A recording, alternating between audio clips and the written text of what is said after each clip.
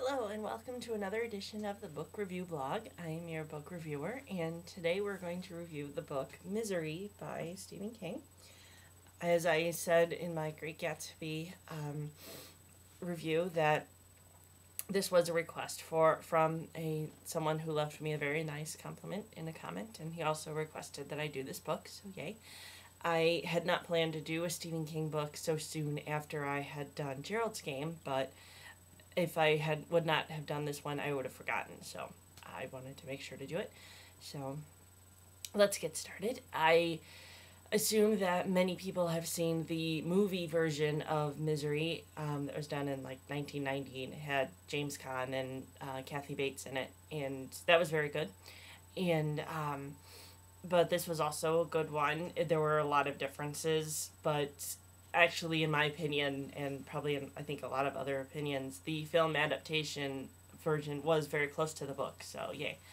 One major difference is that in the book, this author is Paul Sheldon, who is kept in a house of a nurse named Annie Wilkes. Paul Sheldon is an author, as I said, and he is driving down a Colorado road, and he gets in an accident and breaks both his legs, and Annie Wilkes just happens to find him and takes him to her house. So in the movie, if you've seen it, he starts while he's driving. In the book, he's already driven. That's not in the book. It starts with when he's at Annie Wilkes' house. It kind of starts when he comes to and realizes that he's alive and who she is and things like that. So that's the first major difference. So Paul is his major work, or the works that made him most famous, is a period serial piece that features the main character of a woman named Misery Chastain. So that's where you get the title of this book, Misery. So, and he's written so many books that he didn't really like Misery to begin with, but he tried it out and a lot of people liked it, so he started doing it he continued doing it over and over, but he grew very tired of this character, so in the last book of the series, which was called Misery's Child, she ends up dying. She ends up dying in childbirth, and so at the beginning, Annie doesn't know that, or the book had not been published, so she's very nice, and he's thinking, okay, how lucky I am that I'm alive and that I'm with such a nice person who's taking good care of me. And then the book comes out, and Misery is one of Annie's favorite heroines, favorite characters in his books, so that's what made her so like Paul in the first place. So and she keeps saying that she's his number one fan because of these books, and so she finally buys Misery's Child and starts to read it, and you can tell when she's still reading it because she's, again, so nice, but then once she finishes the book and realizes that Misery has died, she becomes very angry and in turn kind of violent in odd ways, that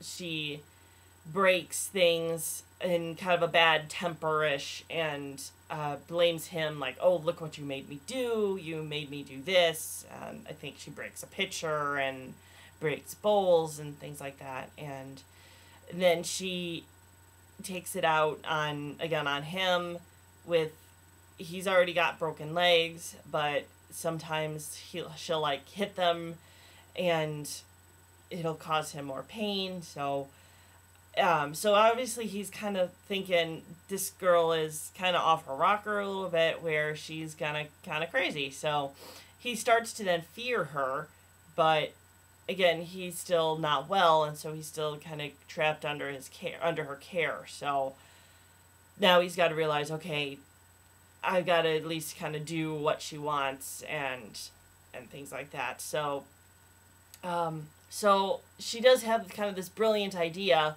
where he's going to kind of bring Misery back from the dead, and he's going to write his best novel yet in her eyes, called Misery's Return.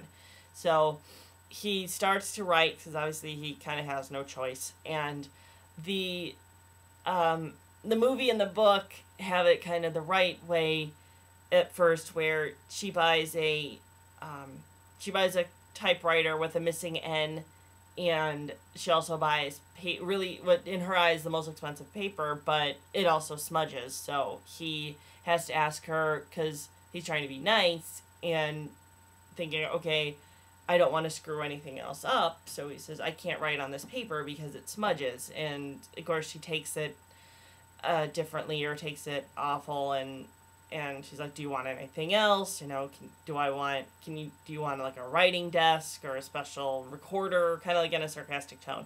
And, um, and then again, that's in the book, and that was kind of funny. So anyway, he starts to write, and this is kind of fun in this book because kind of like how William Shakespeare's Midsummer Night's Dream is a play within a play, where the characters in that play put on their own play in the book. So this one is kind of like a book within a book. This is the book Misery, but in this book, Paul Sheldon writes Misery's Return, and I'm sorry, I'm trying to find a spot. He starts writing in kind of where like most of the book is in like really small type like this. The Misery's Return starts off like this, where it's a typewriter, so you can tell there's different kinds of type. So I thought that was kind of neat. It was neat to get into kind of another character, even though it wasn't very complete. It was just kind of bits and snatches throughout all the book. So anyway, he starts writing, and most of the book is he's writing this book. So, but while he's writing, things start to happen. She is visited by people. She lives in kind of a remote place in Colorado, so they don't get much visitors. But in the movie, she gets visited by one person. In the book, it's more like 5, and they're not all cops. The first person that visits her is kind of like a tax person who says that she owes taxes on her house, so she goes and takes care of that. And then because he's a well-known author, he's missing, and so people have realized that he's missing, and they're trying to find him. And so in the book, there's one person, or the second person that comes by is a cop, kind of like in the movie, but in the movie, unfortunately, the cop gets killed, but he's shot. In the book, the second person that comes, which is a cop, he also gets killed, but instead he gets killed by a lawnmower, which in visualization to me looks like a tractor. That was kind of grisly and grimly, but he was also looking for Paul, so but he met his end. And then the next people that come are also cops, but they are not killed. They're just kind of asking her questions. And when the first cop comes, who's killed by the tractor, Paul gets his attention and he sees him. That's why he got killed. And so Annie had to punish him, and so Paul is like, I'm not going to do this anymore. I'm not going to interfere. So Paul does get out within the house, and he steals drugs because he's addicted to a drug called Novril, which is fictional. And he does look at her house and looks in a scrapbook where he does see that that she was a nurse, and while in her care, mostly in like maternity wards, a lot of kids and babies have been killed under her. So again, he realizes that she's very crazy and very unstable. So he's thinking, okay, I've got to do something. I've got to figure out how to get out of this. And so she does realize that he has been out, like in the movie, and um, instead in the movie, where she does do kind of the hobbling thing, where that's what she's called. In the movie, she breaks his ankles in a very like scary scene. But in the book, she does something different. She cuts off his left foot, kind of just above or below the ankle.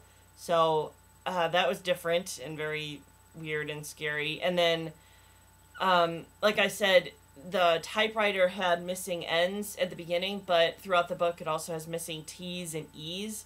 So, and he starts to complain because it's hard for him to write or fill in all of the N, E's, and T's because those are very popular letters and are used a lot. So she, in response, she cuts off his thumb with a electric knife. So like, so he has more injuries to himself because of her in the book than in the movie. But and then he does finish the book. And that's also kind of the same in the movie, where he does finish the book, and that's the end of her, where he ends up killing her at the end, and so therefore he can make his escape. It's not known how he escapes in the movie. It just kind of he kills her and then flashes forward 18 months. In the book, though, the same two cops that came and asked Annie questions and left had come back with a search warrant because they were still suspicious of her, and then they found, and she had died and they had found him. So yes, so that is the end of the story. I enjoyed it very much, and next I will read the book Watership Down. And it was also a request from, not from somebody who left me a comment, but from somebody in my little circle. So I bid you all a good day and happy reading.